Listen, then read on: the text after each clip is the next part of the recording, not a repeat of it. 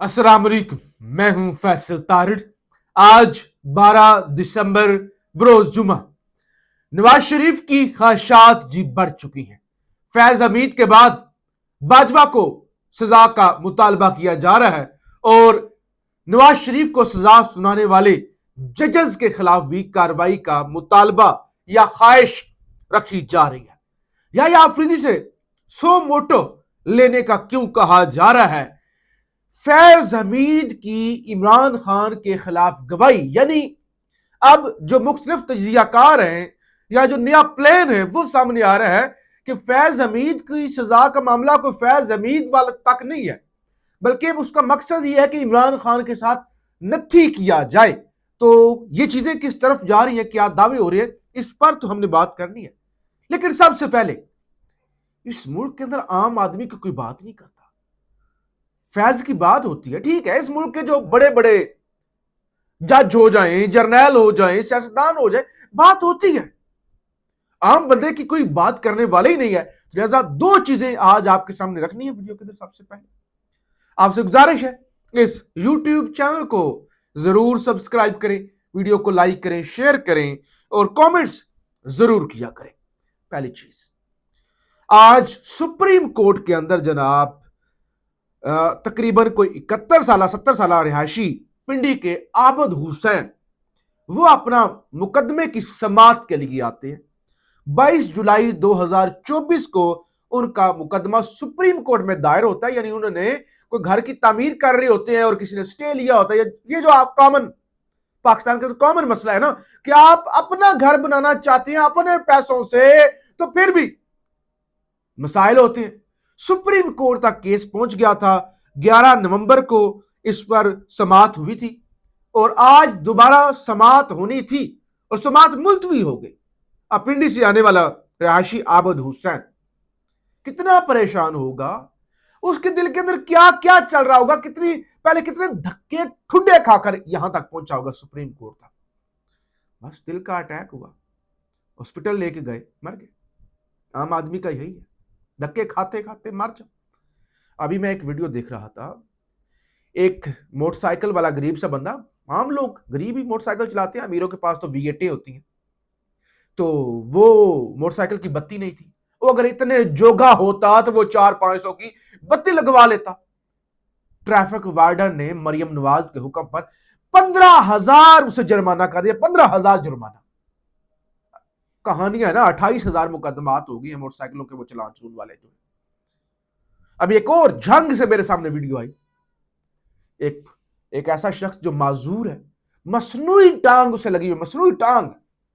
Police ने ना सिर्फ उसका चालान किया, उसकी मसनूई टांग भी उतार के ले गए, उसका मोटरसाइकिल भी ले गए। छोड़ दे इन बातों को, ये तो दूर के वाकयात होंगे। इस्लामाबाद क्यों मुतालबा किया जा रहा है कि सो मोटो चीफ जस्टिस या अफरीदी मुबशर लुकमान नामवर सहाफी हैं, आप उसे इख्तिलाफ रखें, लेकिन ये जो इस्लामाबाद में कत्ल हुआ, दो नौजवान लड़कियां, जज के बेटे ने रोंद डाली और 1 सेकंड के लिए भी वो जेल नहीं गया। इस पर मुबशर लुकमान ने क्या मुतालबा किया या अफरीद से, जरा ये मैं आपको सुनवाना चाहता हूं। जिस पर जज कहने ही शर्म आती है। इसके 15 साल के बच्चे ने गाड़ी के नीचे 2 नौजवान बच्चियों को कत्ल कर दिया, बेदर्दी से कत्ल कर दिया। बेटा एक दिन भी जेल में नहीं रहा। मैं पूछना चाहता हूं इस जज से जो इस्लामाबाद हाई कोर्ट के है, माजरत इज्जत माफ, योर लॉर्डशिप, योर वर्शिप, या व्हाटएवर आप अपने आप को कहलाते हैं, अगर आपकी बेटी होती वो फिर क्या होगा?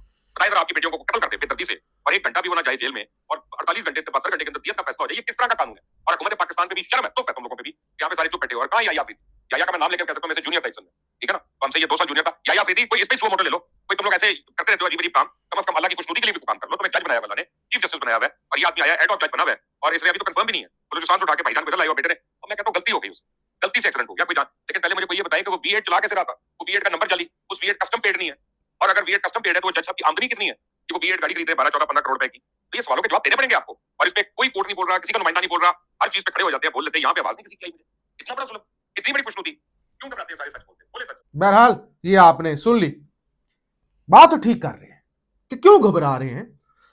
V8 आम बंदा मोटरसाइकिल के चलाने वाली कहानियां मैंने आपको सुना दी ना। अच्छा जी, अब जरा आते हैं फैज हमीद वाला मामला किस तरफ जा रहा है और क्या पेशन गोइयां और क्या कहानियां शुरू हो गई हैं। फैसल वाडा कहते हैं फैज हमीद शवाहिद اور ثبوت کے ساتھ عمران خان کے خلاف گواہی دینے جا رہے ہیں۔ 9 مئی واقعے سے 1 سال پہلے مجھے پارٹی سے نکالا گیا اور وہ کہتے ہیں میں نے خبردار کیا تھا کہ فیصل واڈا کہہ رہے ہیں کہ فیض حمید عمران خان کے خلاف گواہی دینے جا رہے ہیں، انہیں عمران خان کے خلاف استعمال کیا جا رہا ہے۔ نمبر 1 تو یہ بات ہو گئی۔ نمبر 2 یہ مزمل سور وردی، یہ بھی فیصل واڈا کی برادری سے تعلق رکھتے ہیں، کہتے ہیں پکچر ابھی باقی ہے، یہ صرف ٹریلر ہے، ابھی سزا نامکمل ہے کیونکہ 9 مئی کے مقدمے کی اصل سزا ابھی باقی ہے۔ ISPR پریس ریلیز کے آخری پیراگراف کے مطابق سیاسی عدم استحکام اور بغاوت جیسے مقدمات زیر تفتیش ہیں اور ان کی سزا باقی ہے، جبکہ عوام جاننا چاہتی ہے کہ 9 مئی کی سازش میں فیض حمید اور دیگر کا کیا کردار تھا۔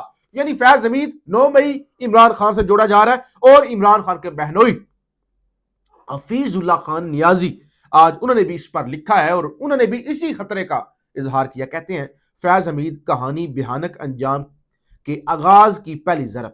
جنرل فیض حمید کی کہانی ختم نہیں ہوئی، کہانی کا ڈراپ سین نہیں بلکہ ایک بھیانک انجام کا آغاز ہے۔ اسٹیبلشمنٹ کا اصل ہدف واضح بذریعہ فیض حمید عمران خان کو گھیرنا ہے، ملوث کر کے عمران خان سے حساب کتاب چکانا ہے، عمران خان کو انجام تک پہنچانا ہے۔ فیض حمید کے ساتھ ساتھ عمران خان کو بالآخر کیپٹل پنشمنٹ کے دہانے تک پہنچانا ہے۔ فیض حمید محاسبے کا سفر ابھی شروع ہوا چاہتا ہے، آگے دیکھیے کون کون لپیٹ میں آتا ہے۔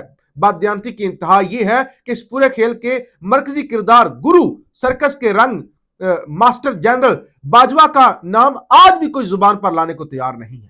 تو یہ لمبا چوڑا انہوں نے لکھا ہے، انہوں نے ساری کہانیاں بتائی ہیں نا، انہوں نے کہا بھائی باجوہ کا نام کو نہیں لیتا جو اصل گرو تھا، اور فیض کو رگڑ رہے ہیں، اور فیض کو اس لیے رگڑ رہے ہیں تاکہ عمران خان کو پھنسایا جا سکے۔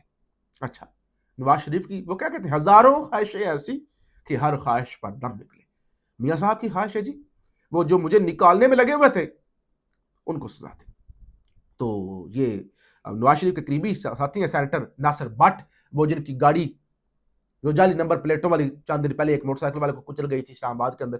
اچھا، وہ کہتے ہیں کہ سابق آرمی چیف قمر باجوہ کا بھی احتساب ہونا چاہیے، جس ادارے نے فیض کا احتساب کیا وہی باجوہ کا بھی کرے گا، اور انہیں یقین ہے کہ باجوہ، ثاقب نثار، آصف خوسا، اعجاز الاحسن کا بھی احتساب ہوگا۔ خواہشات بڑھتی جا رہی ہیں۔ 3 جج وہ کہتے ہیں ایسا کریں کہ یا تو یہ تینوں جج اور باجوہ صاحب سب مل کر ہاتھ جوڑ کر گڑ گڑا کر نواز شریف سے معافی مانگ لیں۔ نواز شریف کا بڑا دل ہے، نواز شریف معاف کر دے گا، ورنہ پھر ان کا بھی احتساب ہونا چاہیے۔ اور ساتھ ہی آپ احتساب کی بات کر رہے ہیں، لیکن سزا کے بعد بھی نواز شریف نے قمر باجوہ کی ایکسٹینشن کو ووٹ دیا نہیں۔ مشرف بٹ نے ان سے سوال کیا نا کہ آپ کہہ رہے ہیں کہ باجوہ کو بھی سزا دیں، تو باجوہ جب آپ کو نکال چکا تھا اس وقت بھی نواز شریف نے اسی باجوہ کو جسے کہتا مجھے کیوں نکالا اسے ایکسٹینشن دے دی تھی، ووٹ دیا تھا۔ کہتے ہیں اس وقت میاں صاحب لندن میں تھے اور کچھ لوگ یہاں سے گئے، ان کو کہنے تو یہ اب نواز شریف بہتر بتا سکتے ہیں، بہتر ہے باجوہ سمیت 3 ججز باجوہ سمیت 3 جج سارے کردار توبہ کر کے معافی مانگ لے، میاں صاحب معاف کر دیں گے۔ تو میاں صاحب کہتے ہیں یا تو مجھ سے معافی مانگو، ٹھیک ہے جی، جنہوں نے نواز شریف کو نکالا وہ معافی مانگے، ان کو سزا دیں، جنہوں نے بے نظیر کے ساتھ کچھ کیا پھر ان کو لٹکائیں، جنہوں نے جو عمران خان کے ساتھ کر رہے ہیں۔ تو یہ تو پھر احتساب کی ایک لمبی لائن ہے۔ اگر خواہشات پر ہی احتساب ہونا ہے تو ظاہر ہے یہ ایک لمبی لائن ہے، لیکن آج یہ جو کچھ تجزیے ہو رہے ہیں جب سے فیض حمید صاحب کو سزا ہوئی ہے، تو ایک چیز تو واضح ہو گئی ہے کہ یہ کھرا نکال کر عمران خان تک پہنچنے کی کوشش کی جا رہی ہے، اور ملک مسلسل گرا ہوا ہے۔ عام آدمی ذلیل نہیں صرف ہو رہا بلکہ تباہ ہو گیا ہے، بیڑا غرق ہو گیا عام آدمی کا، اور یہاں پہ بدلے کی آگ۔ ایک کہتا ہے میں اس سے بدلہ لوں گا، دوسرے کو جھکاؤں گا، ایک دوسرے کے خلاف جو سلسلہ یعنی شروع ہو گیا نا، یہ ایک بڑی تباہی ہے اور سسٹم کا گند ہے جو پوری قوم کے سامنے آ رہا ہے۔ پاکستان زندہ باد۔